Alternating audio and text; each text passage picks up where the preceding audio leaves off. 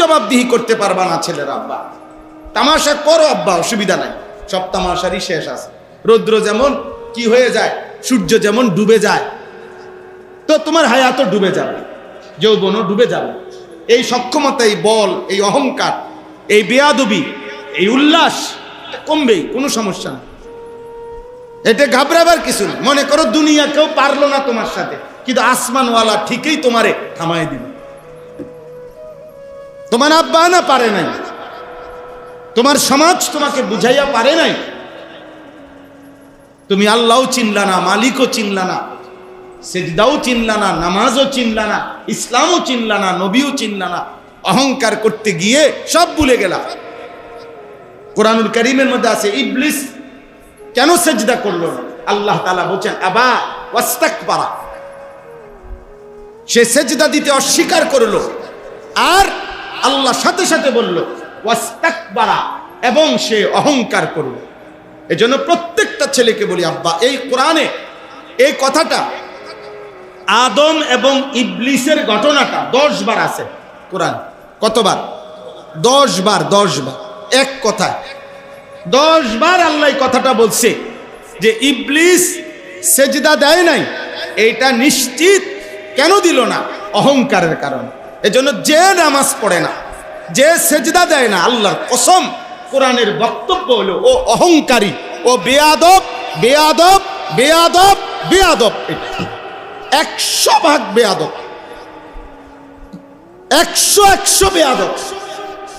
পৃথিবীর নিকৃষ্ট বেয়াদব বেনামাজ, চূড়ান্ত বেয়াদব এই বেয়াদব। এই বেয়াদব অহংকারী। কারণ আল্লাহ এটাই বলছেন বারবার, ইবলিস সেজদা দিতে অস্বীকার করলো এবং অহংকার করলো। তাহলে এই অহংকারটা কি? সেজদা না দাও। কথা বোঝেন নাই? অহংকারটা কি করছে?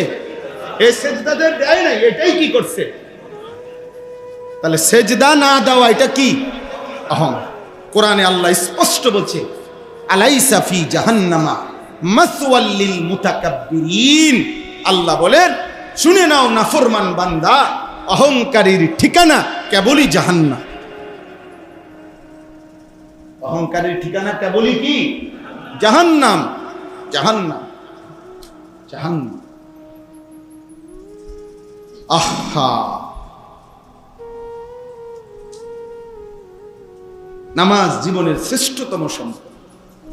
নামাজ মুমিনের পরিচয়, নামাজ ইমানদারের সিম্বল, চিহ্ন। আল আহদুল্লাযী বাইনানা ওয়া বাইনাহুম তারকুস সালাহ। বিশুদ্ধ হাদিস। নবীজি বলছে আমাদের মাঝে আর কাফেরের মাঝে পার্থক্য, চুক্তি। এই কথার চুক্তি নামাজ পড়া এবং না পড়া। অর্থাৎ আমরা চুক্তি করে নিছি বেঈমানের সাথে, বেঈমান তুমি নামাজ পড়বা না, আমি ইমানদার পড়ব। আল্লাহ তাআলা নবীজি বলছেন পৃথিবীর সমস্ত ইমানদার যেন পৃথিবীর সমস্ত বেঈমানকে বলে দিছে পরিষ্কার, তোর লগে আমার পরিষ্কার কথা, তুই সেজদা দিবি না, আমি দেব। ফামান তারাকাহা ফাকাদ কাফারা। নবীজি বলেন যে নামাজ ছেড়ে দিল সে কাফের হলো। সে কি হলো? হাদিসে নবী সাল্লাল্লাহু আলাইহি সাল্লাম বলছে লা তাতরুকিস সালাতা মাকতুবাতাম মুতাআম্মিদা। ইচ্ছে করে কোনোভাবেই ফরজ নামাজ ছেড়ে দিও না, ফরজ নামাজ ছেড়ে দিও না। কেন? ফাইন্নাহু মান তারাকাহা মাকতুবাতাম মুতাআম্মিদা ফাকাদ কাফারা। কেননা ফরজ নামাজ যে ইচ্ছে করে ছেড়ে দেয় সে কাফের হলো। আল্লাহ নবী বলছেন, আপনি জিজ্ঞাসা করেন আলেম ওলামা। এজন্য তোমরা ভাইয়া আব্বা নিজেরা মুসলমান মনে করেই মসজিদে আসছো। তুমি মনে মনে ভাবো জানো তুমি মুসলমান, নাই তো তার মসজিদে আসতা না।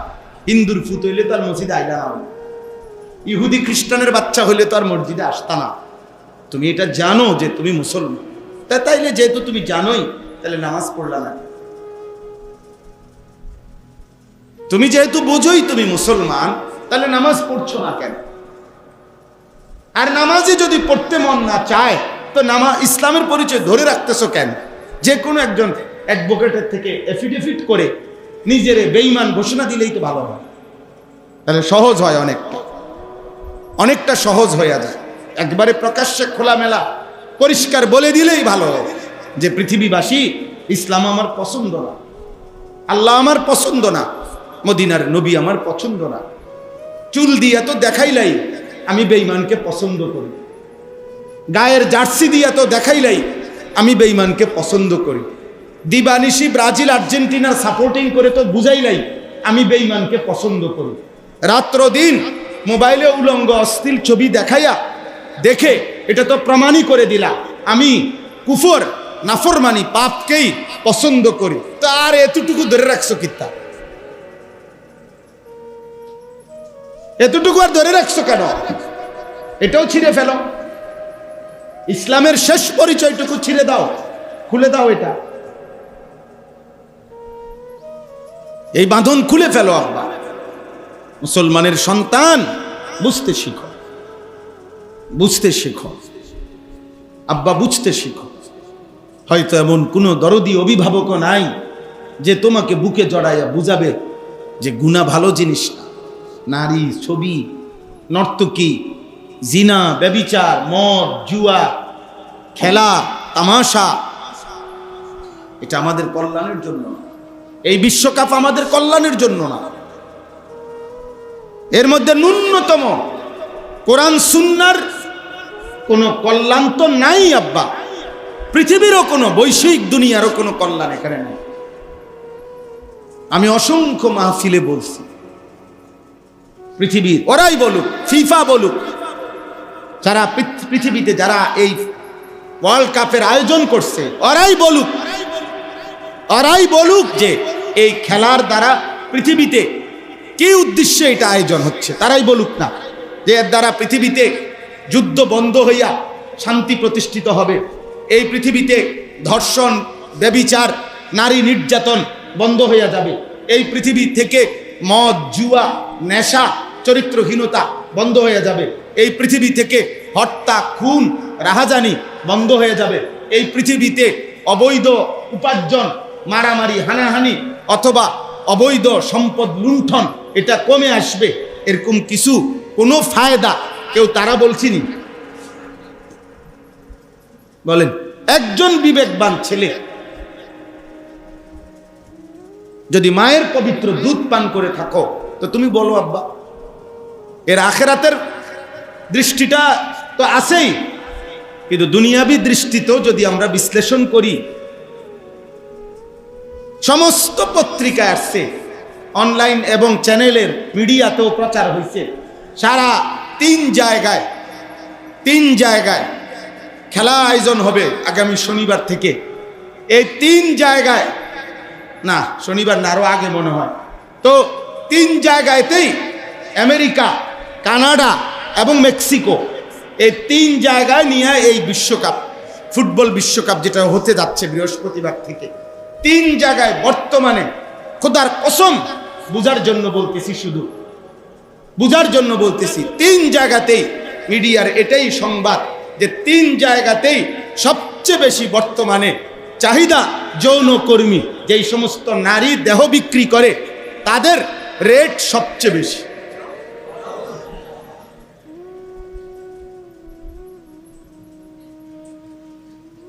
হ্যাঁ, আমি সুনির্দিষ্টভাবেই বললাম, দেখেই বলছি, পত্রিকার খবর এবং মিডিয়ার খবর দেখেই বলছি। এর মানে কি আব্বা? এর মানে কি? হ্যাঁ, অতএব কি পরিমাণ মদের বোতল সরবরাহ হবে, কি পরিমাণ নারী সরবরাহ হবে,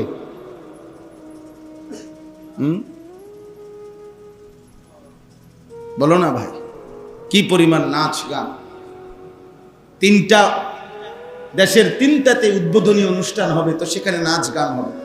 তো ফুটবল খেলার সাথে নর্তকীর নাচের কি সম্পর্ক? বলে, নাচের কি সম্পর্ক? আর নর্তকী নাইচা ফুটবল খেলার কি উন্নয়ন? এটা সম্পূর্ণ জাহিলিয়াত, স্পষ্ট কিতাবে আছে, আমরা সবাই পড়ছি। নবীজি সাল্লাল্লাহু আলাইহি সাল্লামের জামানাতেও মক্কার কুরাইশ কাফেররা তারা যুদ্ধের ময়দানে যখন যাইতো, মুসলমানদের বিরুদ্ধে যুদ্ধে যাইতো, তাদের নারীদেরকে, তাদের নর্তকীদেরকে সাথে রাখতো। তারা নাচতো, গাইতো, তারা উল্লাস করত, গান শুনাইতো, নাচতো আর গাইতো, তাদের সৈন্যদেরকে মনোরঞ্জন করত, যেন মুসলমানদের বিরুদ্ধে যুদ্ধ মজবুত করতে পারে।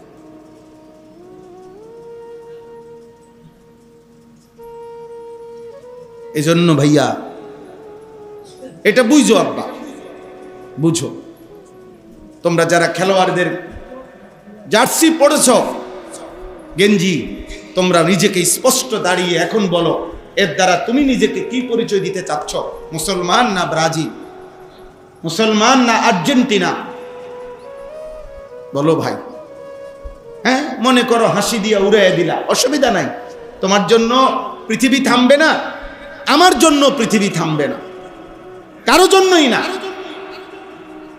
ফেরাউনের মৃত্যুতেও সূর্যের কিছু হয়েছে না, আবার আব্দুল কাদের জিলানির মৃত্যুতেও সূর্যের কি হয় নাই? কিছু হয় নাই, সূর্য চলতেই থাকছে। সময় কি চলে, সময় কারো জন্যই থামে না, ইমানদার হোক আর নাফরমান, কারো জন্যই আটকাবে না। আমরা যারা মাগরিবের নামাজ জামাতে পড়ছি, আমাদেরও সূর্য ডুবছে। তোমরা যেসব নাফরমান মাগরিবের নামাজ পড়ো নাই, তোমাদেরও সূর্য ডুবছে। এখন তোমাদের রোদ না, তোমাদেরও সূর্য ডুবা। অতএব সময় চলমান, সময় তোমারে নিয়ে আমারে নিয়ে চলতেই আছে। কিন্তু এই কথা বুঝাইতে হবে, এ কথা বুঝতে হবে, এ কথা বুঝতে হবে। পৃথিবীর উন্নয়ন কি, আমার দেশের উন্নয়ন কি? এই লক্ষ লক্ষ কোটি কোটি টাকা আমাদের বাংলাদেশেই যা ব্যয় হচ্ছে এই খেলাকে কেন্দ্র করে, আমার দেশের রাষ্ট্রের অর্জন কি? আমাদের বাংলাদেশে কি কি লাভবান হবে তোমাদের এই যুবকদের এই উল্লাসের দ্বারা? বলো, দেশের সমৃদ্ধি কি? আল্লাহ আমাদেরকে হেফাজত করে। এজন্য এটা স্পষ্ট, রাসূলুল্লাহ সাল্লাল্লাহু আলাইহি সাল্লাম বলছেন, আল্লাহর নবী বলছেন, যে ব্যক্তি যার সাদৃশ্য গ্রহণ করবে, খোদার কসম নবীজি বলছে ফাহুয়া মিনহুম, সে তাদেরই অন্তর্ভুক্ত হবে। নবীজি বলছেন আল মারউ মা মান আহাব্বা, যে যাকে ভালোবাসবে কিয়ামতের দিন সে তার সাথেই থাকবে। হাদিস শুনেন, চাচারা শুনলে খুশি হবেন। এই হাদিস যেদিন নবীজি বলছে, হযরত আনাস এই হাদিসের বর্ণনাকারী, হযরত আনাস রাদিয়াল্লাহু তাআলা আনহু, উনি বলছেন যে আল্লাহর কসম, ইসলাম গ্রহণ করার পর থেকে নবীজির সাথে আমরা সাহাবারা এর আগে আর কোনোদিন এত বেশি খুশি হই নাই। এই দিন যে পরিমাণ খুশি লাগছে যে নবী বলছে যে যাকে ভালোবাসে তার সাথে হাসরের ময়দানে থাকবে। হযরত আনাস বলেন, আমি চিৎকার করে পৃথিবীবাসীকে বলতে চাই, আমি আল্লাহকে ভালোবাসি, আমি আমার নবী মুহাম্মদ সাল্লাল্লাহু আলাইহি সাল্লামকে ভালোবাসি, আর অতএব আমি আশা করি আখিরাতে জান্নাতে আমি নবীর পাশেই থাকবো ইনশাআল্লাহ।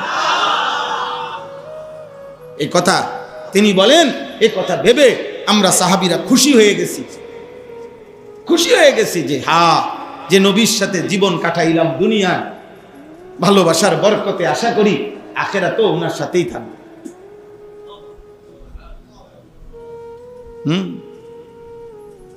একজন সাহাবী, স্পষ্ট হাদিসের মধ্যে আছে, এক সাহাবী নবী সাল্লাল্লাহু আলাইহি সাল্লাম একদিন একাকী ইস্তেঞ্জা করে বের হইছেন।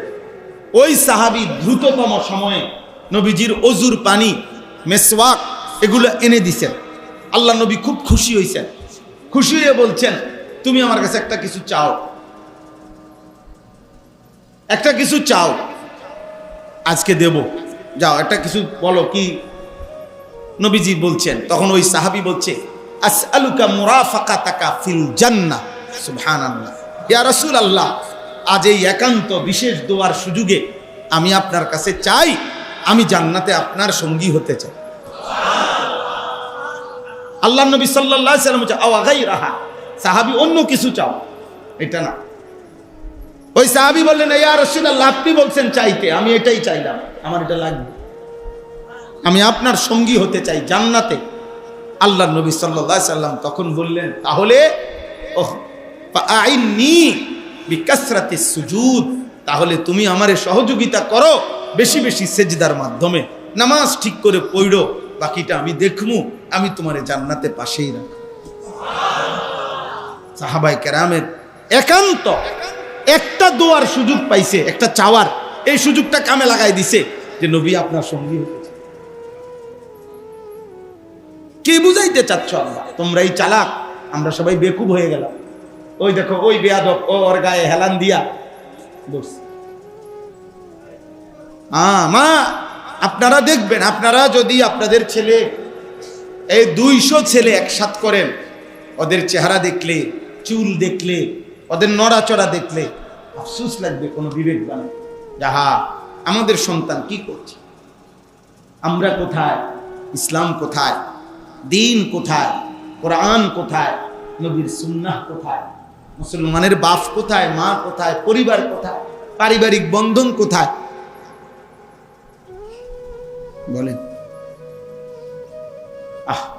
নবী সাল্লাল্লাহু আলাইহি সাল্লামের স্পষ্ট হাদিস, সাহাবায়ে কেরাম বলতেন, আমরা যখন আমাদের সন্তান জন্মগ্রহণ করত, সর্বপ্রথম আমরা আমাদের কুলের বাচ্চাটাকে প্রথম নবীজি সাল্লাল্লাহু আলাইহি সাল্লামের কাছে নিয়ে আসতাম, নবীজির কোলের মধ্যে দিতাম, আর আল্লাহ নবী প্রথম খেজুর কিংবা মধু দিয়ে সামান্য চাবাইয়া তিনি উনার থুতু মুবারক সহ ওই বাচ্চার মুখে দিয়ে দিতেন, আর আমরা খুশি হইতাম যে সন্তানের প্রথম থুতু লালা মুহাম্মদ আরবি সাল্লাল্লাহু আলাইহি সাল্লামের পবিত্র লালা। গর্ব করতেন ওনারা, গর্ব করতেন যে আমার মুখে প্রথম যার লালা ঢুকছে সে নবী আরবি সাল্লাল্লাহু আলাইহি সাল্লাম।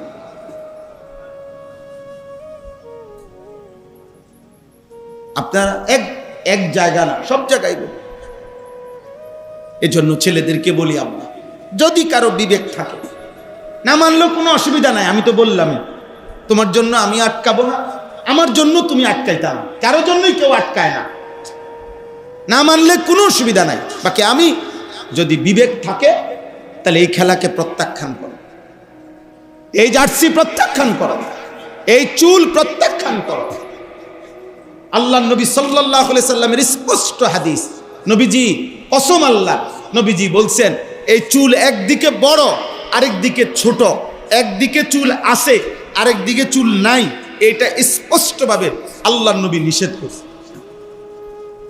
আন ইয়াহলিকা বা'দাহু ওয়া ইয়াতরুকা বা'দাহু, এটাকে কাজা বলে হাদিসের ভাষায়। কিছু চুল আছে কিছু চুল নাই, আল্লাহ রাসূল এটা নিষেধ করছে, নিষেধ করছে। আল্লাহ নবী সাল্লাল্লাহু আলাইহি সাল্লাম নিষেধ করছেন যে সূর্যের আলো আর ছায়া এরকম মুখোমুখি জায়গা, যেখানে সূর্যের আলো পড়তেছে তোমার এক সাইডে, আরেক সাইডে ছায়া, শরীরের একাংশে সূর্যের আলো আরেক অংশে ছায়া, এরকম জায়গায় বসো না। হাদিস, এটা শরীরের ক্ষতি করবে। হাদিসে স্পষ্ট আছে, আল্লাহ নবী সাল্লাল্লাহু আলাইহি সাল্লাম বলছে, এক সাহাবী কোনো কারণে একটা জুতা পায়, আরেকটা জুতা হয়তো নাই অথবা হারায় গেছে, কিছু একটা হয়েছিল, আল্লাহ নবী সাল্লাল্লাহু আলাইহি সাল্লাম বলছেন এইভাবে, নাহা রাসূলুল্লাহ সাল্লাল্লাহু আলাইহি সাল্লাম নিষেধ করছেন, আল্লাহ নবী সাল্লাল্লাহু আলাইহি সাল্লাম আইয়ামশিআ ফি নালিন ওয়াহিদ, একটা মানে স্যান্ডেল দিয়া হাঁটতে ওই সাহাবীকে নিষেধ করছেন, বলছেন হয় দুইটাই পড়ো নয় দুইটাই খুলে ফেলো। তাহলে হয় তুমি পূর্ণ মাথা চারিদিকে সমান চুল রাখো, নয়তো পুরা মাথা কামায় ফেলো। তুমি এটা কি রাখলা? এটা কোন ধরনের চুল রাখলা বলো? 14 বছর বয়সে এই বাপ ভুলে গেলা, 14 বছর বয়সে মা ভুলে গেলা, 14 বছর বয়সে আল্লাহ ভুলে গেলা, 14 বছর বয়সে রসুল ভুলে গেলা, 14 বছর বয়সে ইসলামের পরিচয় ভুলে গেলা, 14 বছর বয়সে কোরআনের পরিচয় ভুলে গেলা, 14 বছর বয়সে মায়ের পবিত্র দুধের কথা ভুলে গেলা, 14 বছর বয়সে এই মুসলিম সমাজের কথা ভুলে গেলা, 14 বছর বয়সেই মসজিদ থেকে বিচ্ছিন্ন হয়ে গেলা, 14 বছর বয়সে আজান থেকে বিচ্ছিন্ন হয়ে গেলা, 14 বছর বয়সে আল্লাহর কোরআন থেকে বিচ্ছিন্ন হয়ে গেলা। হায় নাফরমান, এভাবে যদি চলে 14 বছর, তোমার হালাত কি হবে? তোমার হালাত কি হবে? আল্লাহর নাফরমানি এই লাগাতার চলার দ্বারা হবেটা কি? ভাইয়া মোবাইল ধরতে নিষেধ করছি ভাই, এই ফালতু লোক, নিষেধ করা হয়েছে। তাহলে এই জন্য আমি বললাম, আপনারা বাবা চাচাদেরকেও আছেন, আপনাদেরকে বলা কি? আপনাদেরকে বলা কথা হলো, আপনাদের প্রথম জিম্মাদারি, খোদার কসম মৃত্যু পর্যন্ত আপনি যদি আপনার ছেলের জন্য 1 শতক জমির ব্যবস্থা করে দিয়ে যাইতে না পারেন, আল্লাহর কসম এই কোরআন ধরে বললাম, এর কারণে আখেরাতে আপনি 1 বিন্দু ক্ষতিগ্রস্ত হবেন না, আপনারে কোনো জবাবদিহি করতে হবে না। কিন্তু আপনার স্ত্রী সন্তানের নাফরমানি, চরিত্রহীনতা, বেনামাজি জিন্দিগি, বেপর্দার জিন্দিগি, কোরআন পড়তে পারে না, নামাজ পড়ে না, পর্দা মানে না, আল্লাহকে সেজদা দেয় না, আল্লাহর কসম আপনারা প্রত্যেকটা বাবা আপনাদের স্ত্রী সন্তানের এই নাফরমানির জিন্দিগির ব্যাপারে হাসরের ময়দানে আল্লাহর কাঠগড়ায় দাঁড়াইতেই হবে, জবাবদিহি করতে হবে। খাট পালং আর সোফা ফার্নিচারের জন্য জবাবদিহি করতে হবে।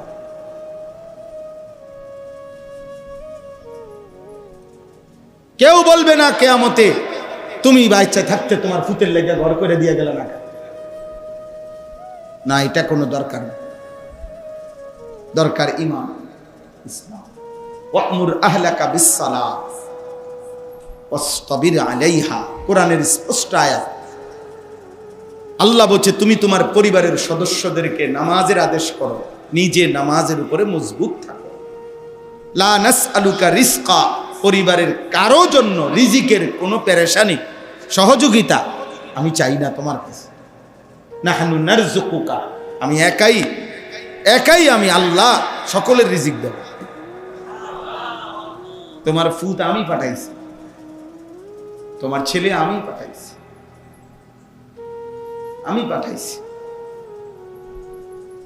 বুঝেন নাই কথা? আল্লাহ ওয়াদা দিছে, নাহনু নারযুকুকুম ওয়া ইয়্যাহুম, আমি তোমাদেরকেও রিজিক দেব, তোমাদের পরিবারের সদস্যদেরকেও রিজিক দেব। আর এই পৃথিবীতে মনে রাখবেন, রিজিক মানে শুধু ভাত তরকারি না। মানুষের জীবনে, হায়াতে, দুনিয়ার হায়াতে আল্লাহর পক্ষ থেকে মানুষ যা কিছু পাচ্ছে সব রিজিক। সূর্যের আলো, চন্দ্রের আলো, রৌদ্র, বৃষ্টি, আগুন, পানি, হাসি, কান্না, স্ত্রী, ছেলে মেয়ে, ভাত, মাছ, চাল, ডাল, জমি, ফসল, খাদ্য, ঘুম, আহার, নিদ্রা, এক কথায় সব রিজিক। সব কি বলেন না? সব রিজিক। মানে আল্লাহ তাআলা যা দিচ্ছেন সবই কি রিজিক। আর আপনার যদি এমন হয় যে না, আমার এমন কিছু আছে যেটা আমি আল্লাহ ছাড়া অন্য কেউ দেয়, তো ঠিক আছে। এমন যদি আপনার থাকে তো থাকছে, আমার এমন নাই। আমার কাছে আমার জানা মতে আমার আল্লাহ দেয় না এমন কিছু আমার কাছে নাই। অন্যদের কাছে আছে কিনা সেটা সে বলতে পারে। কিন্তু আমরা কি মনে করি, আমাদের আল্লাহ ছাড়া আমাদেরকে যাররা পরিমাণ দেনেওয়ালা আর কেউ আছে? বলেন না, আর কেউ আছে? তো সেই আল্লাহকে ভুলে যাওয়া, সে আল্লাহর কোরআন ভুলে যাব কেন? সে আল্লাহকে ভুলে যাব কেন? চলেন, এজন্য আজকে এতগুলো কথা বলার অর্থ হইল, ছেলেদেরকে বলি, বাবা গুনাহ ছাড়ো, আব্বা তোমাদের কাছে অনুরোধ, বাপ এমন সুন্দর জীবন নষ্ট করো। এই নারী, এই ছবি, এই জিনা, এই ব্যভিচার, এই অশ্লীলতা পূর্ণ, এই উল্লাস, এই নর্তকীর নাচ গানওয়ালা এমন খেলা প্রত্যাখ্যান। শারীরিক সুস্থতার জন্য যদি নড়াচড়া করতে হয় তো তুমি কিছু শরীর নড়াচড়া করো, তুমি নিজস্ব ব্যায়াম করো, তোমার শরীর ফিটনেস ধরে রাখো, গুনাহ নাই, কোনো গুনাহ নাই। শুধু নামাজের ক্ষতি না হইলে, হারাম কোনো কিছুটার সাথে যুক্ত না হইলে, শারীরিক নড়াচড়া তো যায়, বাকি এটার সাথে শরীয়তের কোনো কিছুর কি হইতে পারবে না, খেলাফ হইতে, নামাজ ছুটতে পারবে না, হালাল উপার্জন ছুটতে পারবে না, এবং হারাম কিছু যোগ হইতে পারবে। আমাদের খতিবে আজম মোনাজের জামান আল্লামা নুরুল ইসলাম অলিপুরি দামাত বারাকাতুহুমুল আলিয়া এই কয়েকদিন আগে স্পষ্ট এই ব্যাপারে বক্তব্য দিয়েছেন। হযরত এটা পরিষ্কার বুঝায় যে 3 জিনিস যদি না হয় তো স্বাভাবিক যে কোনো রকমের খেলাধুলা, নড়াচড়া, শারীরিক ব্যায়াম, কসরত জায়েজ আছে। 1 নাম্বার হলো এর দ্বারা আমার দ্বীনের আখিরাতের ক্ষতি হইতে পারবে না, গুনাহ হইতে পারবে না। 2 নাম্বার হলো দুনিয়াবি হালাল প্রয়োজন, আপনি আপনার দোকান থুইয়া, ব্যবসা থুইয়া, চাকরি বাদ দিয়া, পড়ালেখা বাদ দিয়ে হাতে খেলে না, দুনিয়াবি হালাল যা প্রয়োজন এইটারও ক্ষতি হইতে পারবে না। আর 3 নাম্বার এটার সাথে কোনো গুনার কিছু মিশ্রণ থাকতে পারে। আল্লাহ আমাদেরকে বুঝার তৌফিক দান করেন। আমরা স্পষ্ট বললাম, কারো বিবেকে যদি থাকে তুমি মিলাইয়া নিও দুনিয়াবি উপকার আছে কিনা। ব্রাজিল আর্জেন্টিনার সাপোর্টারের সাথে দুনিয়াবি আমাদের রাষ্ট্রের, তোমার জীবনের, তোমার পড়ালেখার, তোমার উপার্জনের কোনো কিছুর সাথে কোনো মিল নেই, সম্পর্ক নাই। বলে এটা এমনি শুধু না, এমনি নিজে আমি শুধু এমনি হাসি, নিজে আতফাও লারি, নিজে পাও, এরকম মানুষকে যেই কোনো মানুষ বলবে এতে পাগল। এটা যে কেউ বলবে যে এ পাগল, এ নিজে হাসে, তাহলে এটা বলারও তো সুযোগ নাই যে হুজুর আমি এমনি, এটা হালাল হারাম না এত কিছু বুঝি না, আমি এমনি খেলা দেখি না। এমনি দেখবা কেন? সুস্থ স্বাভাবিক মানুষ যে পাগল না, সে এমনি করে কেমনে? স্বাভাবিক সুস্থ মানুষের তো একটা কাজের, আমি ক্যান্টনমেন্ট থেকে রওনা দিলাম, আমার পথে একজনে জিজ্ঞাসা যদি করে কই যান, না কোনো আনে যাই না, এমনি আড়িয়ে, তো হেইতে কি করবো? পাগলের কথা বুঝেন না? বাসে যদি কন্ট্রাক্টরে জিজ্ঞাসা করে প্যাসেঞ্জার রে যে কই যাবেন, না কোনো আনে যাবো না, এমনি বইছি আর কি, তো হেল্পার রে কি বলবে কন্ট্রাক্টর? এই পাগল উড়াইছ কীর্তি, তে কই কি এমনি বেলে বলছে বলে, তাহলে এটা হইতে পারেনি কর্মে। তাইলে কি কারণ? আখিরাতের কোনো উন্নতি নাই, রাষ্ট্রের কোনো উন্নতি নাই, আমার ব্যক্তির জীবনের, দুনিয়ার হায়াতেরও কোনো উপকার নাই, এমনি হওয়ারও কোনো কারণ নাই। তো কি কারণ হইতে পারে? আল্লাহ আমাদেরকে মাফ করে। আমরা গুনাহ ছাড়তে হবে, আমাদেরকে পাপ ছাড়তে হবে। দুনিয়ার ভালো থাকা, আখিরাতের ভালো থাকার জন্য অন্যতম জরুরি গুনাহমুক্ত জীবন। একজন মানুষের জীবনে 3টি জিনিস মৌলিকভাবে জরুরি। কয়টি জিনিস বলেন? এই শেষ কথা আমার, এই আয়াতটা পড়ার জন্য এই 3টা কথা বললেই মুখে আপনি শেষ। 1 নাম্বার ঈমান। 1 নাম্বার ঈমান। ঈমানবিহীন জীবন ব্যর্থ। যার ঈমান নাই ওই মানুষ পৃথিবী যদি 10-12 মালিক হয় তারপরও সে কি ব্যর্থ, 1 নাম্বার সফলতা, কামিয়াবি, কৃতকার্যতা, এর জন্য প্রথম জরুরি কি? ঈমান জরুরি। ঈমানবিহীন মানুষ ব্যর্থ, পৃথিবীর সমস্ত কাফের ব্যর্থ, পৃথিবীর সমস্ত মুশরিক ব্যর্থ। 1 2 নাম্বার তাকওয়া। 2 নাম্বার কি বলেন? তাকওয়া। তাকওয়া মানে কি? তাকওয়া মানে 2 কথা। 1 গুনাহ থেকে বেঁচে থাকা, আদেশ পালন করতে থাকা, আল্লাহর রাসূলের নিষেধগুলো বর্জন করা, আল্লাহ আদেশগুলো পালন করা, এটা আমাদের জীবন তাকওয়া। এখানে কোনো অফিস টাইম, বিরতি টাইম নাই। তাকওয়ার থেকে মুক্ত ইমানদারের কোনো জীবন নাই। মানে এটা অফিস সিস্টেম না যে 8টা থেকে 4টা আমি আপনার অফিসের কর্মচারী, অতএব এই 8 ঘন্টা আপনি যা বলতেছেন আপনার অফিসের নিয়মে আমি চাকরি করলাম, 4টায় যখন ছুটি এবার আমি মুক্ত, স্বাধীন, এবার পরের দিন 8টা পর্যন্ত আপনার আর জানার দরকার নাই আমি কি করি, কি খাই, আমি হাসি না কাঁদি, আমি নাচি না গুঞ্জাই, আপনার দরকার নেই। আমারে আবার কালকে 8টা বাজে আপনি আমার অফিসে পাইলেই হইল না। ইসলাম এটাকে বলে না যে আল্লাহ এখন আমি মাগরিব পড়ছি, এসা পর্যন্ত মাঝখানের এই 1.5 ঘন্টা আপনার কোনো জানার দরকার নাই, আমি নাচি নইলে লাফাই, আমি হাসি নইলে কান্না করি, আপনার কোনো দরকার নাই। আমারে আবার এশার নামাজে পাইলেই চলবো।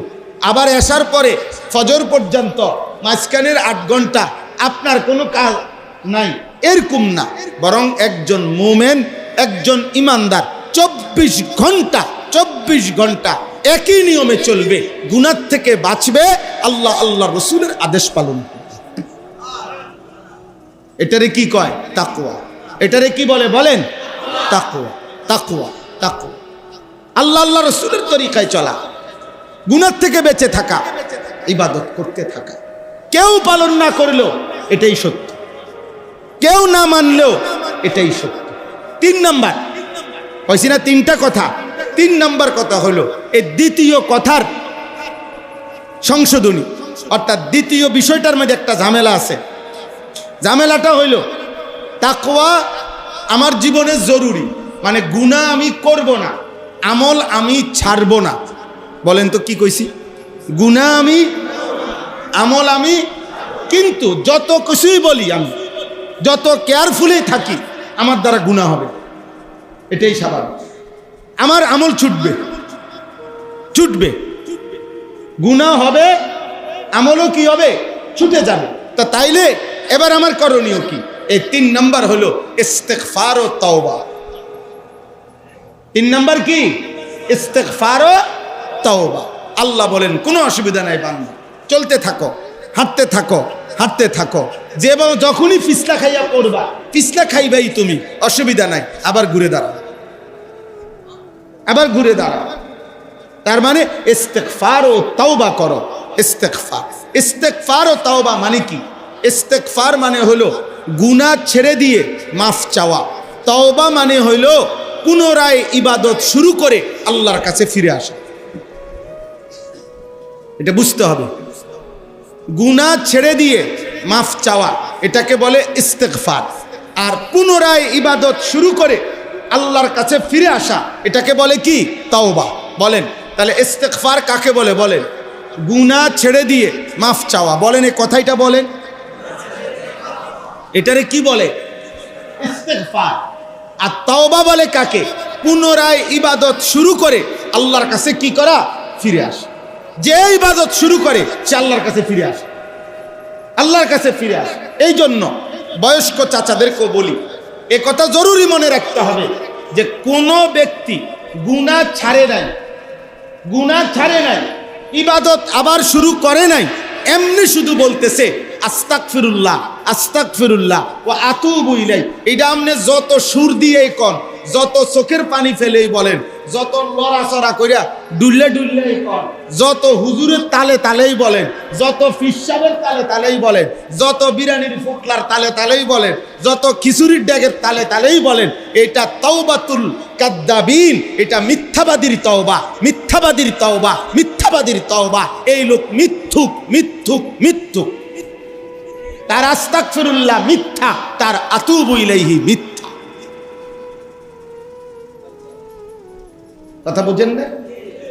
এটা কিতাবের কথা, এটা আউলিয়াদের কথা, এটা ওলামাদের কথা। আপনি সুদের টাকা সম্পূর্ণ আগের জায়গা, জেনে যেই টাকা এনে রয়ে গেছে, কিস্তি যেটা জেনে এটা রয়ে গেছে, বিড়ি পকেটে, হ্যাঁ, টেলিভিশনে উনি গিয়েই আইসেও টেলিভিশন থেকে আবার গিয়েই বসবে টেলিভিশনে। মসজিদে ঢুকবার আগে গালি দিয়ে আইছে, মসজিদে বাইরেও গালি দেয়, মাইজগেন দিয়ে কয় আস্তাগফিরুল্লাহ রাব্বি মিন কুল্লি দামবিন ওয়া আতুবু। ডোলে এমনি লড়ে, কিতেন লড়েন, বাটপার লড়েন, কিতেন কারে কন? এই আস্তাগফিরুল্লাহ কারে? আল্লাহ বুঝছে না, হ্যাঁ, ফেরেশতা এগুলো বুঝছে না। এটা আস্তাগফিরুল্লাহ, এমন আস্তাগফিরুল্লাহর উপরে আস্তাগফিরুল্লাহ, এমন আস্তাগফিরুল্লাহর উপরে কি? এমন তওবার উপরে তওবা। এটা বলে আর কি, এক বুজুর্গ ওনার পাশে হজে যাচ্ছেন, তো ওনার সাথে বিমানে আরেকজন হাজি সাহেব, দুজনের গায়ে এহরাম। তো ওই আল্লাহওয়ালাকে এই হাজি সাহেব, ওনার গায়েও এহরাম পরা, হজে যাচ্ছে। পরে উনি ওই বিমানের মহিলা যারা খাবার দেয়, বিমানবালা, এদের পোশাক আশাক কম, হ্যাঁ, এরা সুন্দরী। তো এই হাজি সাহেব ওই আল্লাহওয়ালাকে বলতেছে, হজরত পাকিস্তানের হজরত করাচি হজরত যাকে বলে, ওনার ঘটনা আর কি উনি শুনাইছেন। তো এই হাজি সাহেব এহরাম পরা, উনি ওই মহিলাদের দিকে তাকায় তাকাইয়া হঠাৎ আফসুস করতে করতে বলতেছেন, হজরত আস্তাগফিরুল্লাহ আস্তাগফিরুল্লাহ, ইয়ে কেসা মঞ্জার হ্যাঁ, আস্তাগফিরুল্লাহ আস্তাগফিরুল্লাহ, হজরত এটা কি দৃশ্য, মহিলাগুলো এত বেপরদা। তখন এই হজরত আল্লাহওয়ালা বলতেছে, ভাই তেরি আস্তাগফিরুল্লাহ পর আস্তাগফিরুল্লাহ, তোমার আস্তাগফিরুল্লাহর উপরে আস্তাগফিরুল্লাহ। মানে কেন? তুমি তো পুরা তাকাইয়াই আসো মহিলার দিকে, তাকাইয়া তাকাইয়া কইতে আসো আস্তাগফিরুল্লাহ, এটা কেসা আস্তাগফিরুল্লাহ, বুঝেন না? তো তিনি বললেন, আরে ভাই পহলে তো নজর হটাও ফের আস্তাগফিরুল্লাহ পড়ো। আগে তো কি করো? নজর হটাও, আরে আগে তো চোখ সরাও, এরপরে না কইবা কি আস্তাগফিরুল্লাহ। তুমি তো সাইয়া রয়েছো বেড়ির দিকে, তা আমনে যদি টেলিভিশনের দিকে সাইয়া সাইয়া এবারে কয় আস্তাগফিরুল্লাহ আস্তাগফিরুল্লাহ, কিও দুনিয়াটা কি শুরু হইল? কাকায় কয় আস্তাগফিরুল্লাহ, আমনের এরকম আস্তাগফিরুল্লাহর উপরে আস্তাগফিরুল্লাহ, আমনের এই বিড়ি খাওয়াই না আস্তাগফিরুল্লাহর উপরে আস্তাগফিরুল্লাহ, আমনের এই সুদের আর কিস্তির টাকার উপর পরে আস্তাগফিরুল্লাহ, এটার উপরে আস্তাগফিরুল্লাহ, এমন আস্তাগফিরুল্লাহ হবে।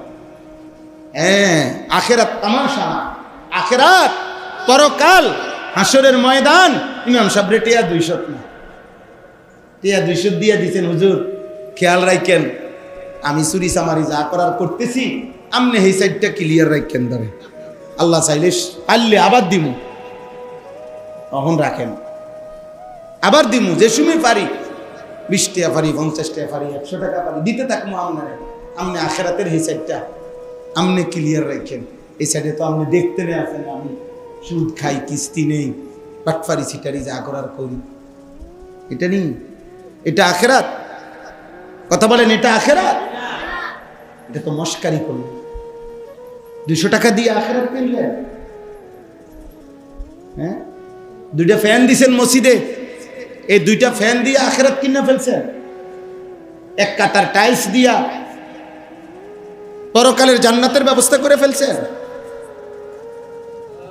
হ্যাঁ, আখেরাতের দাম দিয়ে দিলেন 30,000 টাকা, এই জান্নাতের মূল্য সুদ করে দিছেন। কি মামুলি? তাহলে এত নবী কাঁদলেন কেন? এত সাহাবারা কাঁদলেন কেন? যুগ যুগ ধরে আউলিয়ারা কাঁদেন কেন? আখেরাতের ভয়ে কাঁদেন কেন? ওনারা নামাজ পড়ে না, এই জন্য কাঁদে। আরে নবী আউলিয়া সাহাবারা যুগে যুগে যে কাঁদছে রাত্র দিন, এই কারণে যে ওনারা নামাজ পড়ে না, এ কারণে যে ওনারা যাকাত দেয় না, এ কারণে যে ওনারা আল্লাহর হুকুম মানে না। তো সমস্ত ইবাদত শতভাগ করার পরেও রাত্র দিন চোখের পানি ফেলে কাঁদছে আখেরাতের ভয়ে, আল্লাহর ভয়ে। এটা না চলেন, কথা শেষ। অতএব আমি আপনাদের কাছে এই 3টা কথা বললাম। 1 নাম্বার ঈমান জরুরি। ছেলেরা বাবা, তোমাদের কাছেও কলিজার মধ্যে যদি কাফেরের প্রতি ভালোবাসা থাকে, কাফেরের প্রতি যদি যুক্তি দেখাও, ঈমানের সমস্যা হবে। গুনার উপরে যুক্তি দেখাইও না, গুনার উপরে যুক্তি দেখাইও না, খেলার উপরে যুক্তি দেখাইও না, তোমার তামাশার উপরে যুক্তি দেখাইও না।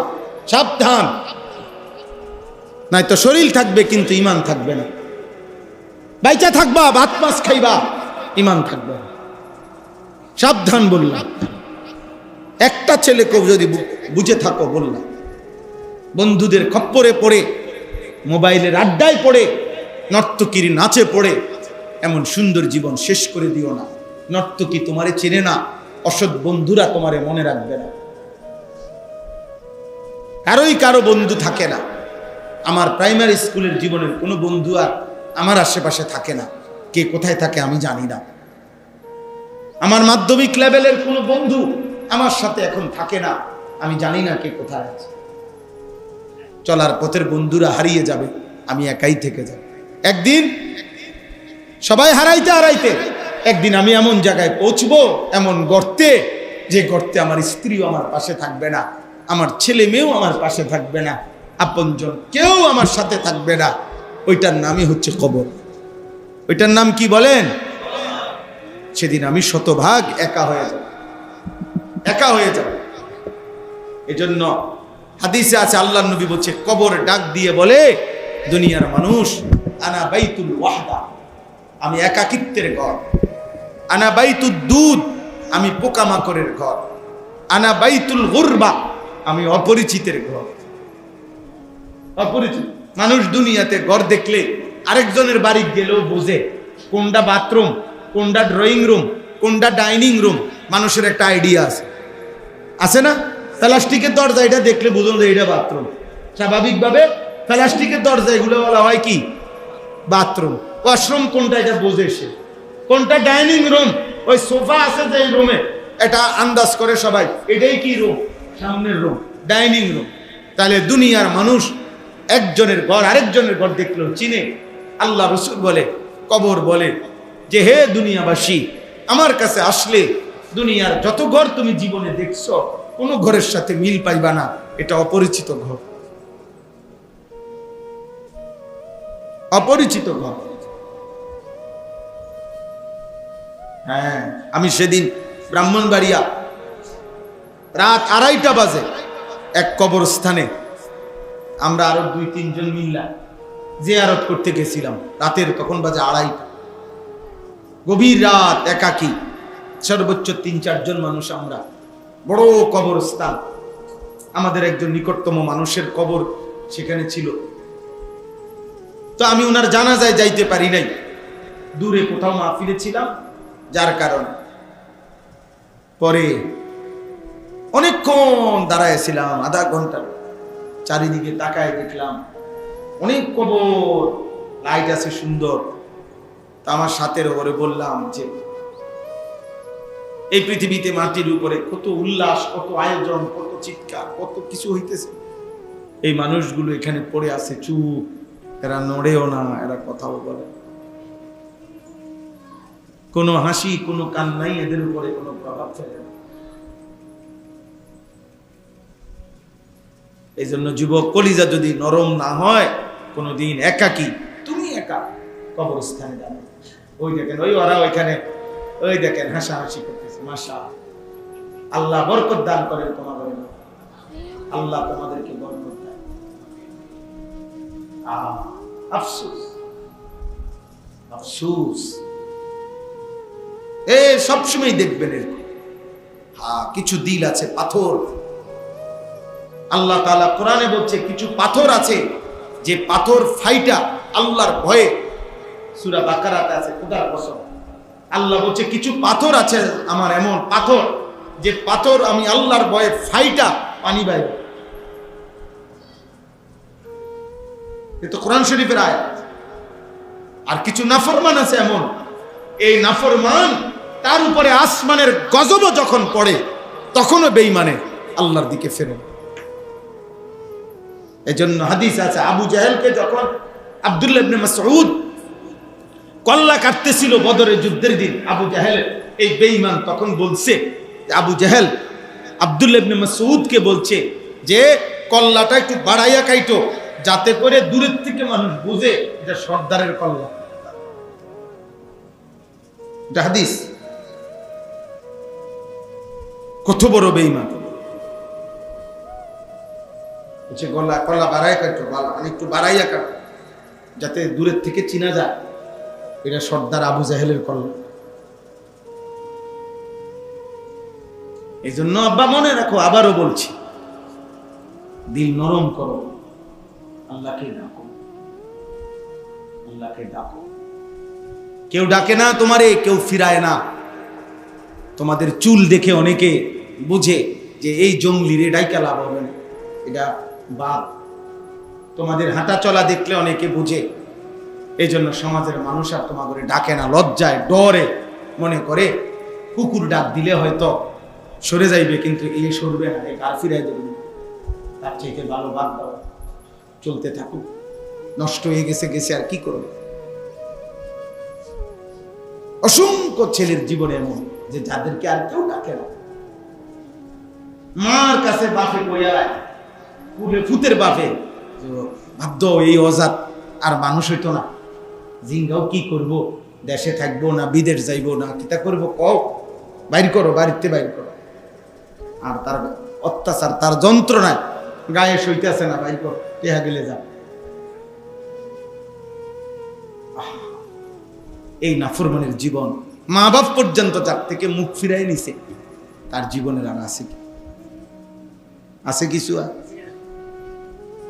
আল্লাহ আমাদেরকে মাফ করে দেন। চলেন ভাই, কথা শেষ। অতএব এই তিনটা জিনিস, 1 নাম্বার হলো ঈমান, বলেন।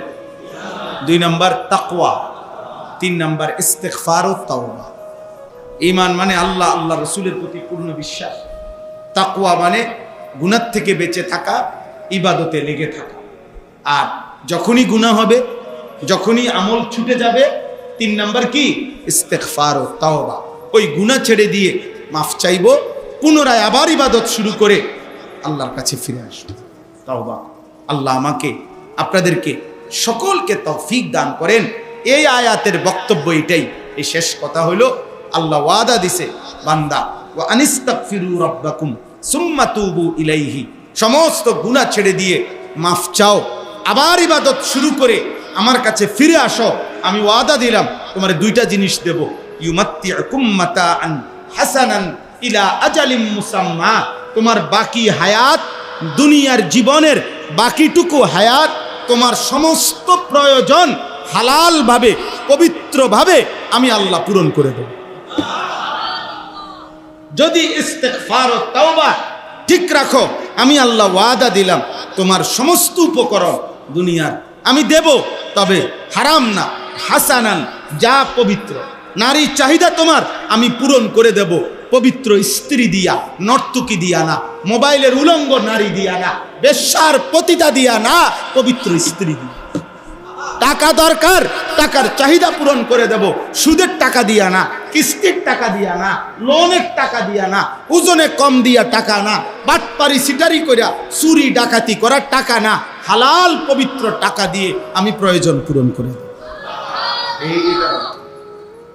ইউমাত্তিউকুম মাতাআন হাসানান ইলা আজালিম মুসাম্মা, আমার কাছে ফিরে আসো বান্দা, গুনাহ ছেড়ে দিয়ে আমি আল্লাহর কাছে আসো। আমি আল্লাহ ওয়াদা দিলাম বাকিটা হায়াত সব প্রয়োজন পূরণ করব, তবে যা কিছু পবিত্র হালাল তা দিয়ে।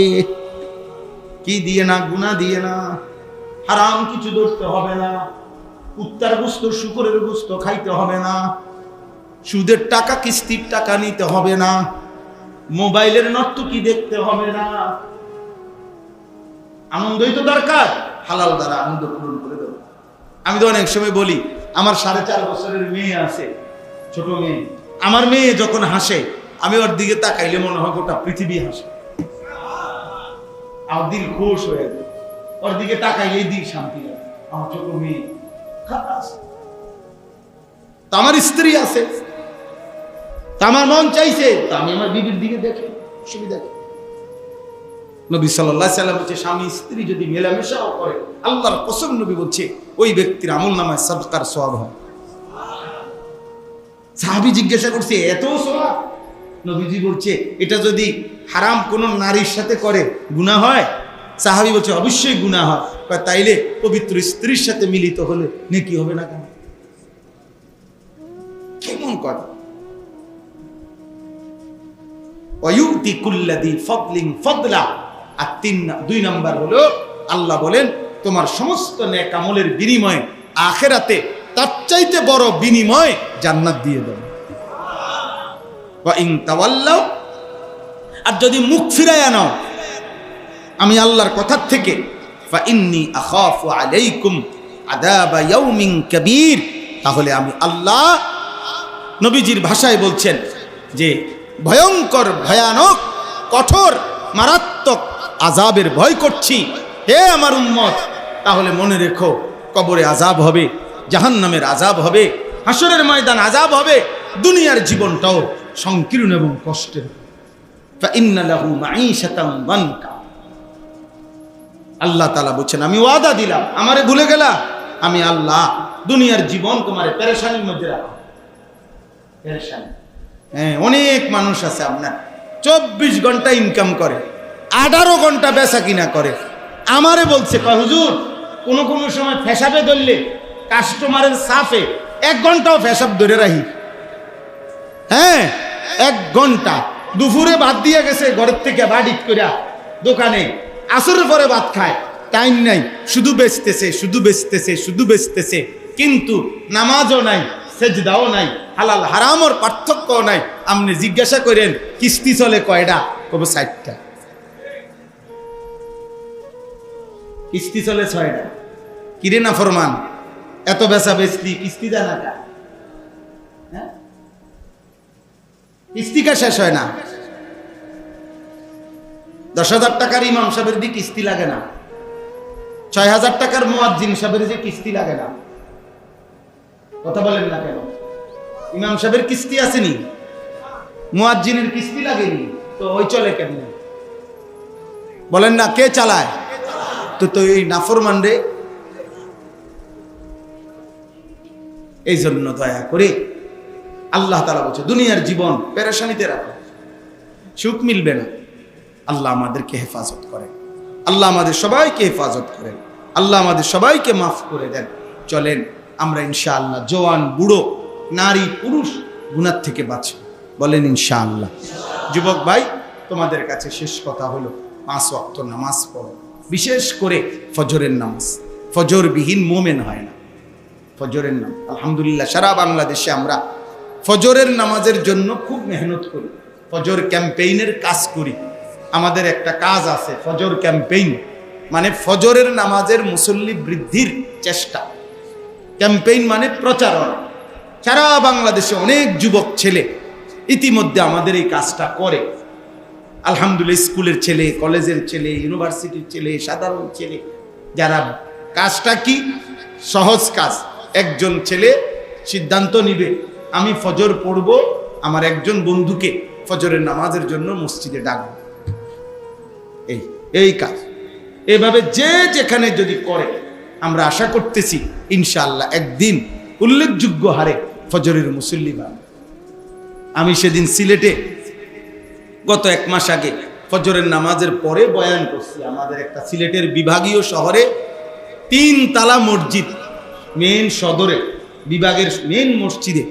তো যাওয়ার সময় রাত্রে যখন আমরা বাসার থেকে মসজিদের দিকে যাইতেছিলাম, এই পরিমাণ ছেলে সাইকেল দিয়ে দিয়ে দেখছি মসজিদে যাইতেছে ফজরের নামাজ।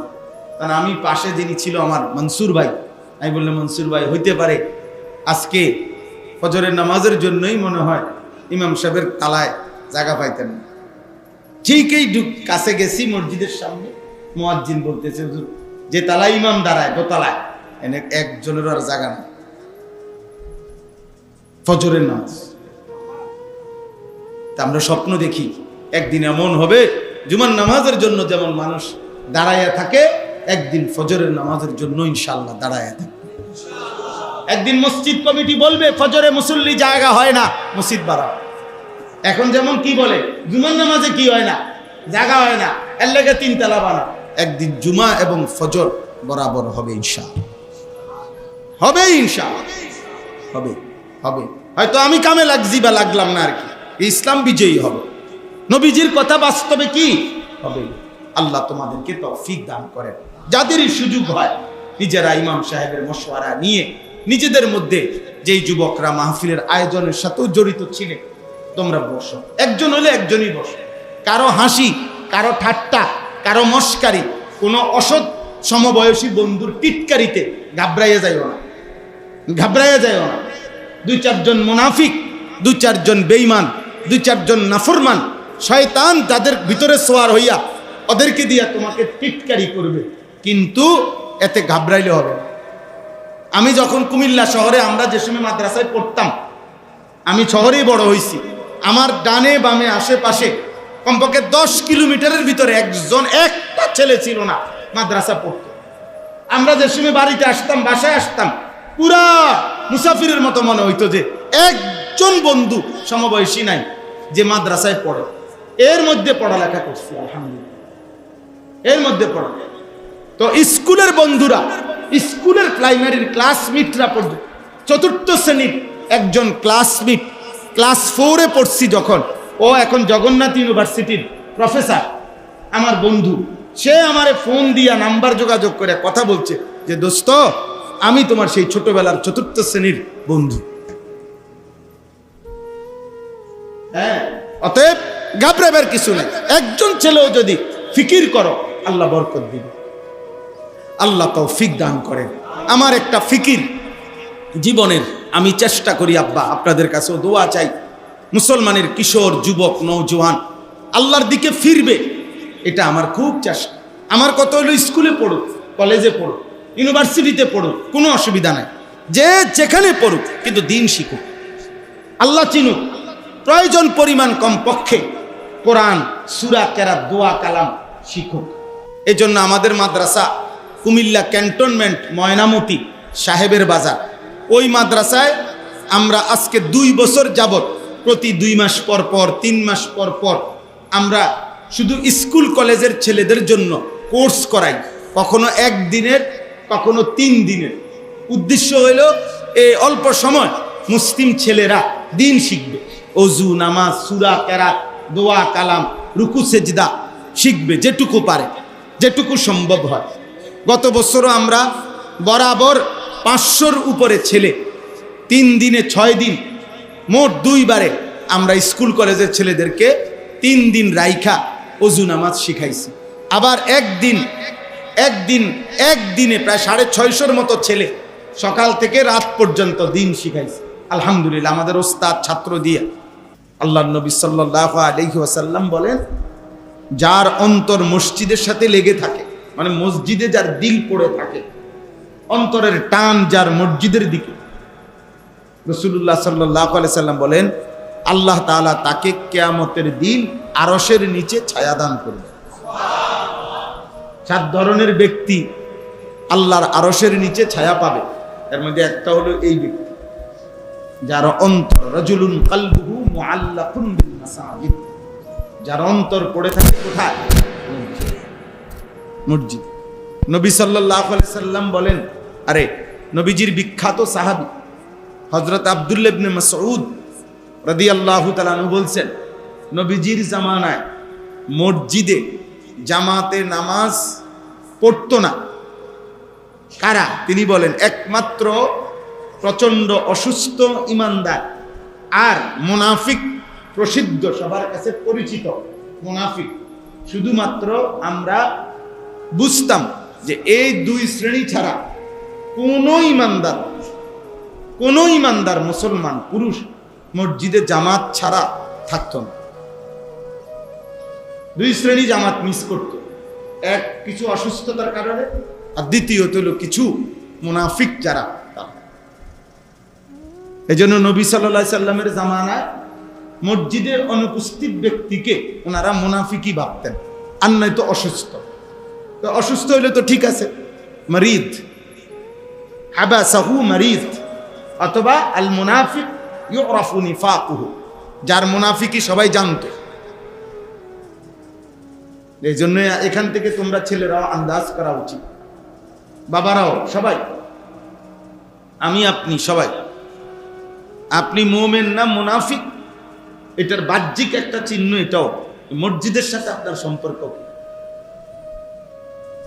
মসজিদের সাথে আপনার আসা যাওয়া কেমন? মসজিদের জামাতে আপনার আসা যাওয়া কেমন? হযরত আব্দুল্লাহ ইবনে ওমর বলছেন, নবী সাল্লাল্লাহু আলাইহি ওয়াসাল্লামের জামানায় ফজরের নামাজে কোনো মুসল্লিকে আমরা না দেখলে আমরা 2টা জিনিসই ভাবতাম, সে হয়তো রোগাক্রান্ত আর নয়তো মুনাফিক। তৃতীয় কোনো বিষয় হইতে পারে না। মুসলমান না, মুসলমান ফজরের নামাজের জামাতে আসে নাই, অথচ সে মুসলমান। উনি বলেন আমরা এটা তারে ভাবতাম না, আমরা ভাবতাম হয়তো কি মুনাফিক, নয়তো কি স্পষ্ট হাদিস, স্পষ্ট। এই জন্য ভোটার আইডি কার্ডে আপনি লিখে দিচ্ছেন ধর্ম ইসলাম, আপনি এটা যথেষ্ট মনে করেন। জন্ম নিবন্ধন সনদে লিখে দিচ্ছেন আপনি ধর্ম ইসলাম, এরপরে আপনি মন মতো চলবেন, আর ইসলাম আপনার কাছে ঠেকা খাইয়া গেছে যে আপনারে বেহেশত দিতে হবে। জি না, ভাতখানা আর বেহেশত এক কথা না। পেশাব পায়খানা আর দুনিয়া ভোগ করা আর জান্নাত এক কথা। ও ভাত মাছ চাল ডাল দুনিয়া, এগুলো আল্লাহ তাআলা খাবার, জানোয়ারকেও খাওয়া। কুকুর বিড়ালও প্রতিদিন খায়, ঘুমায়, পেশাব পায়খানা করে। কুকুরেরও লজ্জাস্থানের চাহিদা পূরণ হয়, এই জন্য কুত্তারও বাচ্চা হয়, শুকরেরও বাচ্চা হয়। অতএব এতটুকু চাহিদা পূরণ হওয়ার মধ্যে কৃতিত্বের কিছু নেই, আলাদা ব্যক্তিত্বের কিছু নাই। যে খাইতেছি, ঘুমাইতেছি, পড়তেছি, মাশাআল্লাহ খুব ভালো আছি, আল্লাহ খুব ভালো রাখছে, কিতা ভাত খাইয়া তো মাশাআল্লাহ, ছাগল তো অনেক ভালো আছে খাইয়া পড়া, মাশাআল্লাহ মাশাআল্লাহ, গরু অনেক ভালো আছে, কখনোই ফরমালিন মুক্ত খানা খায়, জঙ্গলের প্রাণীগুলো আরো ভালো আছে, কারণ ওদের খাবারের মধ্যে কোনো ঝামেলা নাই। বাঘ ভাল্লুকের খানার মধ্যে ফরমালিন আছে, কোনো ঝামেলা আছে মনে হয়? কে মিশাইব, কে ফরমালিন, কার সাহসে কুলাবে? তো খাইয়া পড়ে মাশাআল্লাহ ভালো আছেন, এটা কি ধরনের মাশাআল্লাহ? এই জন্য এক ইমানদার, এক মুসলমান ভালো থাকে ইমানে আমল, বাতে মাসে না। ভাত মাছ দিয়ে ভালো থাকা না, ভালো থাকা কি দিয়া? ঈমান এবং কি দিয়ে? আমল। আল্লাহকে মানার মধ্য দিয়ে, হালাল হারাম মানার মধ্য দিয়ে, পাক নাফাক মানার মধ্য দিয়ে। এটা বলতে পারে যে আল্লাহর রহমতে, আল্লাহর দয়া, ছেলে মেয়ে বউ বাচ্চা নিয়ে সকলে নামাজ পড়ে, সবাই আল্লাহর কোরআন পড়তে পারে, আলহামদুলিল্লাহ আল্লাহ ভালো রাখছে, এটা বলার বিষয়, এটা প্রশংসার বিষয়, বুঝেন?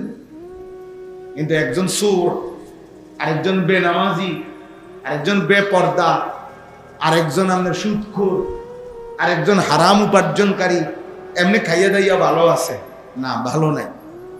আপনি ভালো নাই, নাফরমান ভালো থাকে না, পাপী কখনো কি থাকে না, ভালো থাকে। গুনাহগার ভালো থাকে না, গুনাহ এটা ভালো থাকার লক্ষণ নয়, পাপ এটা ভালো থাকার কি নয়, লক্ষণ নয়।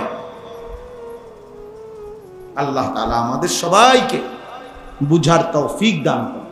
দোস্ত, আবারও বলছি, ছেলেরা দেওয়ালে ওয়ালে হেলান ছেড়ে দাও। এই ছেলে বেয়াদব আবার গেছে, এই বেটা বাইরে, বেটা মসজিদ থেকে বেটা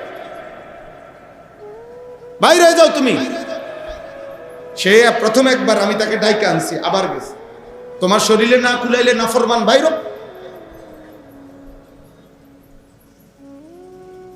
আবার হাসে, প্রতিবন্ধীর মতো হাসে, বেওকুফ, বুঝেও না যে আমারে বলতেছে।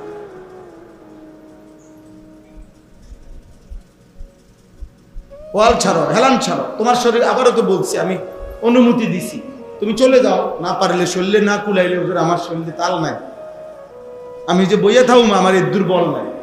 গুনাহ 14 বছরের ছেলে কেউ দুর্বল বানায়, গুনাহ 16 বছরের নাফরমানকেও কি বানিয়ে দেয়? দুর্বল। জান চলে না, শরীর চলে না, এর একটাই কারণ গুনাহ। সুন্দর হইয়া বইও থাকতে পারে না, গুনাহ। কিন্তু ইবাদত 70 বছরের বুড়া মানুষকেও জোয়ান বানায়। হ্যাঁ, এটা পরীক্ষিত। ইবাদত নেকি শক্তি যোগায়, গুনাহ শক্তি ক্ষয় করে, এবং গুনায় ব্যক্তির কি নিয়ন্ত্রণ থাকে না। আল্লাহ তাআলা আমাদেরকে বুঝ দান করেন। আলহামদুলিল্লাহ, আলহামদুলিল্লাহ নাহমাদুহু ওয়া নাস্তাঈনুহু ওয়া নাস্তাগফিরুহু ওয়া নু'মিনু বিহি ওয়া নাতাওয়াক্কালু আলাইহি ওয়া নাউযু বিল্লাহি মিন শুরুরি আনফুসিনা ওয়া মিন সাইয়্যাতি আ'মালিনা। من يهده الله فلا مضل له ومن يضلله فلا هادي له ونشهد أن لا إله إلا الله وحده لا شريك له ونشهد أن سيدنا وحبيبنا ومولانا محمدا عبده ورسوله أما بعد فأعوذ بالله من الشيطان الرجيم بسم الله الرحمن الرحيم ألف لام را كتاب أحكمت آياته ثم فصلت من لدن حكيم خبير ألا تعبدوا إلا الله إنني لكم منه نذير وبشير وأن استغفروا ربكم ثم توبوا إليه يمتعكم متاعا حسنا إلى أجل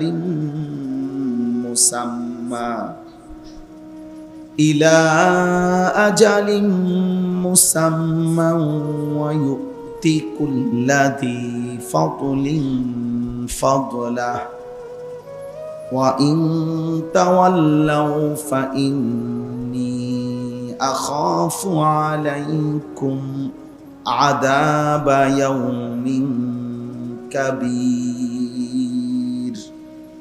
صدق الله مولانا العظيم وقال نبينا صلى الله عليه وسلم يا أيها الناس توبوا إلى الله جميعا فإني أتوب إليه في اليوم 100 مرة اللهم صل على محمد وعلى آل محمد كما صليت على إبراهيم وعلى آل إبراهيم إنك حميد مجيد اللهم بارك على محمد وعلى آل محمد كما باركت على إبراهيم وعلى آل إبراهيم إنك حميد مجيد سبحانك لا علم لنا إلا ما علمتنا إنك أنت العليم الحكيم الحمد لله আল্লাহ পাক রব্বুল ইজ্জত জুল জালাল ওয়াল ইকরামের ফজল কারাম রব্বুল আলামিনের অপরিসীম ইহসান মেহেরবানি দয়া আল্লাহ তাআলা আমাদেরকে আজ 9 জুন 2026 রোজ মঙ্গলবার কুমিল্লা জেলা মুরাদনগর উপজেলাধীন গুঞ্জর মধ্যপাড়া যুব সমাজ ও মসজিদ কমিটির উদ্যোগে আজকের এই মোতাবাররাক মাসিক ইসলাহি মাহফিলে আল্লাহ তাআলাই আমাদেরকে আসবার বসবার আল্লাহর জন্যই জমা হওয়ার তৌফিক দান করেছেন আলহামদুলিল্লাহ। এখানে একজন মোবাইল উঠালেন কেন? এটা তো অন্যায় করলাম ভাই, আমি তো সুন্দরভাবে নিষেধ করছি। বেয়াদবি করার চাইতে চলে গেলে ভালো। বাইরে গরু আছে, ছাগল আছে, এগুলো উঠাও, কাজ হবে। একটা গ্রামে কতটা ছাগল আছে তুমি উঠাও মোবাইল দিয়ে, কাজ যেহেতু নাই।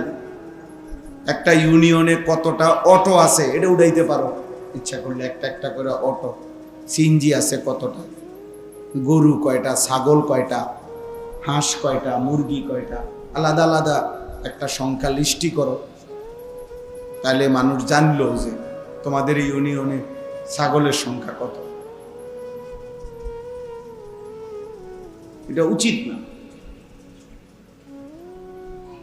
মনে রাখতে হবে, কোনোভাবেই ছেলেদেরকে বলি আব্বা, একজন মানুষের সুস্থ সবল সারা দেহের সমস্ত অঙ্গের সুস্থতার টাইম হলো যৌবন। এটাই স্বাভাবিক কথা। একেবারে সব কিতাবের মধ্যেও আছে, কোরআন সুন্নাহর মধ্যেও আছে, এবং চিকিৎসা বিজ্ঞানের দৃষ্টিতেও মানুষের বয়স যখন 40 পূর্ণ হয় তারপর থেকে শরীর ভাঙতে শুরু করে, অর্থাৎ কম বেশি রোগ ব্যাধি ধীরে ধীরে শুরু হয়। এটাই স্বাভাবিক নিয়ম, এটাই চিরন্তন একটা স্বাভাবিক নিয়ম। কিন্তু কমপক্ষে 15 থেকে 40 এই 25 বছর মানুষের যৌবন, পূর্ণ যৌবন, পূর্ণ শক্তি সামর্থ্য, নিজেকে গড়া, নিজের জীবন সাজানো, নিজের জিন্দিগির প্ল্যান প্রোগ্রাম পরিকল্পনা স্বপ্ন ইচ্ছা আকাঙ্ক্ষা বাস্তবায়ন করা, দিবানিশি মেহনত করা, এর মূল সময় এটাই 15 থেকে 40, 25 বছর, 25 বছর। এজন্য হাদিসের মধ্যে আছে আল্লাহ তাআলা কিয়ামতের দিন প্রত্যেক মানুষকে তার হায়াতের ব্যাপারে 2টা প্রশ্ন করবে। একটা হলো জন্ম থেকে মৃত্যু পর্যন্ত বান্দা পুরা হায়াতের হিসাব দাও, আরেকটা হলো শুধু যৌবনকালের হিসাব।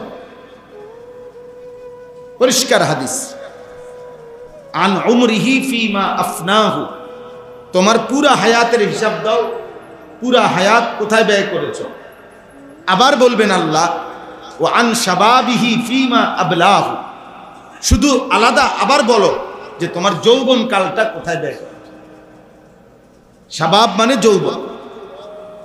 এই জন্য সূর্য সকালবেলা উঠে বিকালবেলা ডুবে, এজন্য সকালের সূর্য উঠতে সময়ও তাপ কম থাকে, দুপুরের পরে আবার যখন সূর্য ভাঙতে শুরু করে ডুবতে শুরু করে তখন আবার কমতে থাকে, কিন্তু মাঝখানে কিছুক্ষণ টাইম সূর্যের প্রখর তেজ থাকে।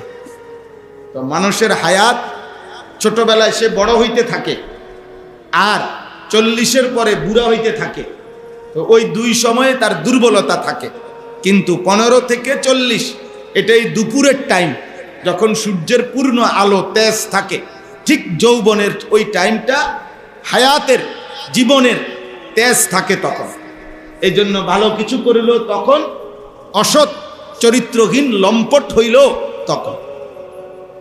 তখন যুবক ইচ্ছা করলে সারা রাত্র নামাজ পড়তে পারে, যুবক ইচ্ছা করলে সারা রাত্র নেশা করতে পারে,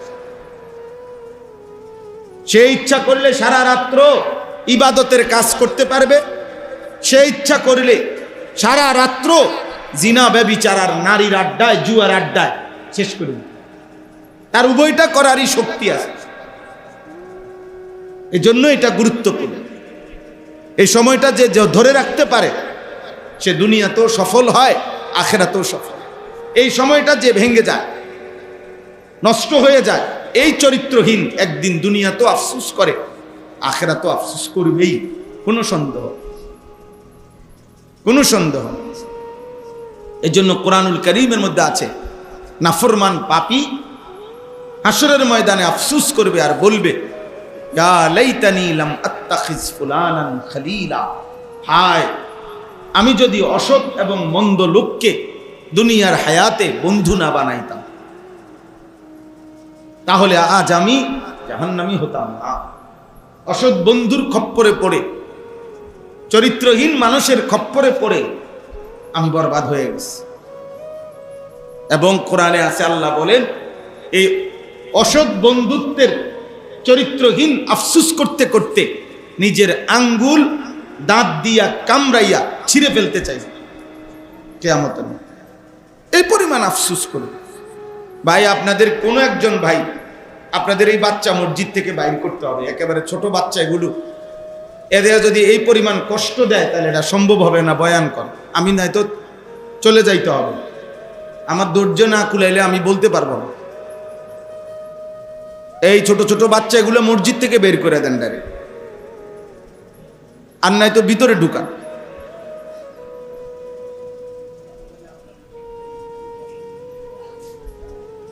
একজন একজন বুঝের মানুষ জিম্মাদারি থাকেন ওইখানে চলেন।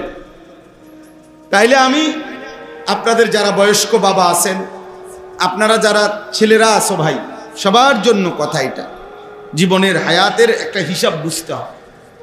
মানুষের দুপুরের আগে মেন পরিশ্রমের টাইম, এতে যদি এই সময় ঘুম যায়, আসরের পরে কাম শুরু করলে হে গুছাইতে পারত না,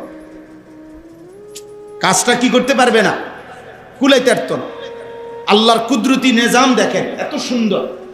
আল্লাহ তাআলা সময়ের বন্টন নামাজের সাথে এমন সুন্দর করছে যে ফজর থেকে জোহর এখানে কমপক্ষে 7 ঘন্টা গড়ে ডিস্টেন্স, ব্যবধান প্রত্যেক দিনে সারা বছর। তাইলে এটা কর্মের টাইম। আবার এশার পরে ফজর পর্যন্ত এখানেও 6-7 ঘন্টার ডিস্টেন্স, এটা ঘুমের টাইম, আমার বান্দার বিশ্রামের টাইম।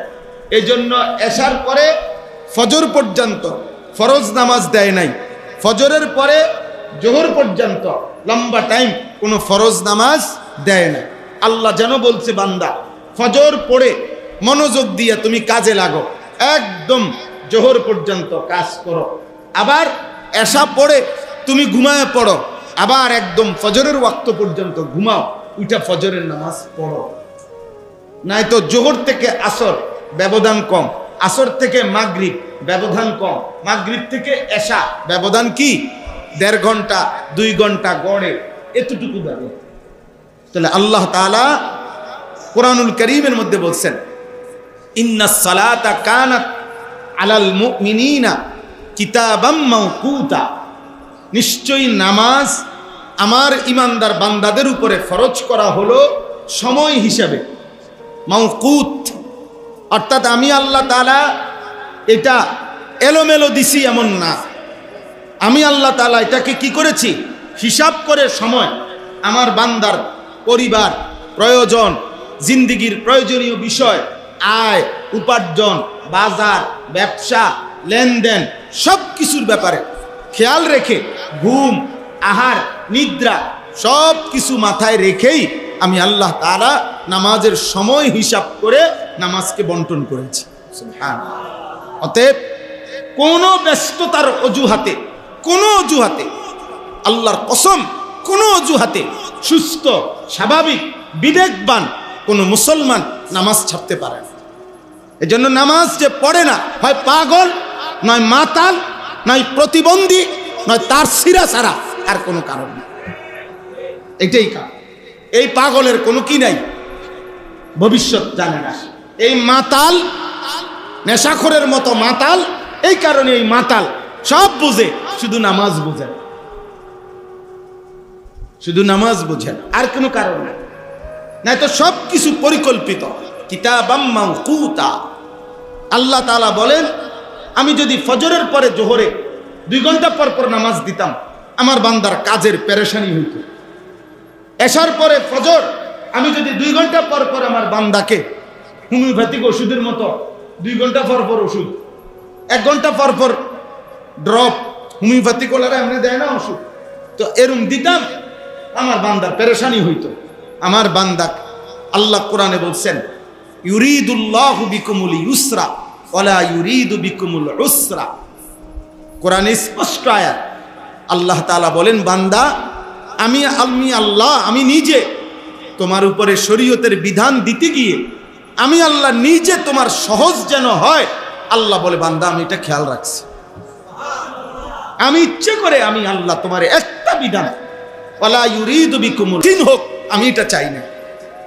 আমি জেনে বুঝে আমার বান্দারে কষ্টে ফেলতে আমি আল্লাহ কমপক্ষে চাই না।